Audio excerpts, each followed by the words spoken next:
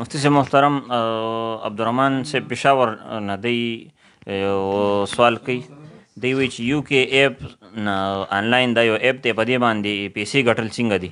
یو آی ډي اے ایپ دی، د دې په ذریعې سره پیسې ګټل څنګه دي؟ وایي دې لږ وضاحت راته وکړي.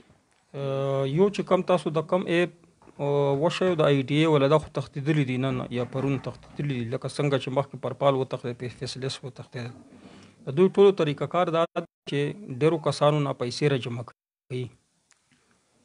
نو ډېرو کسانو نه پیسې را جمع کړي، نو یو کس ولا پیسې په ډېرو کسانو تقسیم کړي د ګټې په مت کې چې دا مونږ ګټه وکړله، یا وایي چې مونږ اشتهاراتو نه ګټه وکړه، یو هیله بنای ورته جوړه کړي. خو ټول هغه د سود په کار نه دی چې کومې پیسې اول در نه اخلي، مضاربت یا مشارکت دې ته نشي ویلی، نه ورته اجاره ویلی شي. خو بیا وروستو چې ته پیسې ورکې، نو دا پته یې نه لګي چې ته ماله په پیسو باندې ګټه راکوې که اشتهاراتو په کتلو یې راکوې، ته به که به زیاته ګټه درکوي. یو خو په ګټه کې شرکت داسې چې په ګټه کې به تناسب درکوي، دوی په پیسو چې کوم سرمایه د هغې مطابق تعالی ګټه درکوي، که کمه وي نو کمه ګټه، که زیاته وي نو زیاته ګټه درکوي. نو دا خو صریح سود دی. نو یو کې ایپس چې کوم دی دی کې صریح سود دی، بطور رشوت در نه پیسې اخلي. خو بیا هغه پیسو په ګټې څومره ګټه کوي هغې په تناسب یې نه درکوي، بلکې پیسو په سرمایې په مقدار باندې درکوي ګټه. دا خو صریح سود دی.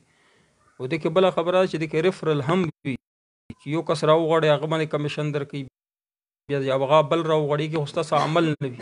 د ټوله لوبه چې کومه یو کې ایپس کې چې کومه طریقه کار د ټول د سود په زمرې کې راځي، د دې ګټه ناروا ده.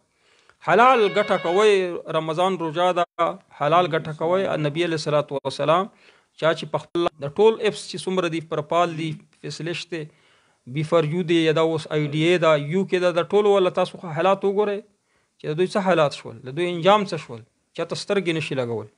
نو دې کار نه ځان بچ کړئ، ټول مسلمانان ته بچ کړئ. دا د سود کار دی، سود کار نه ځان بچ کوئ. ښه، په دې کې سود دی، حلال نه دی. یو کې ایپس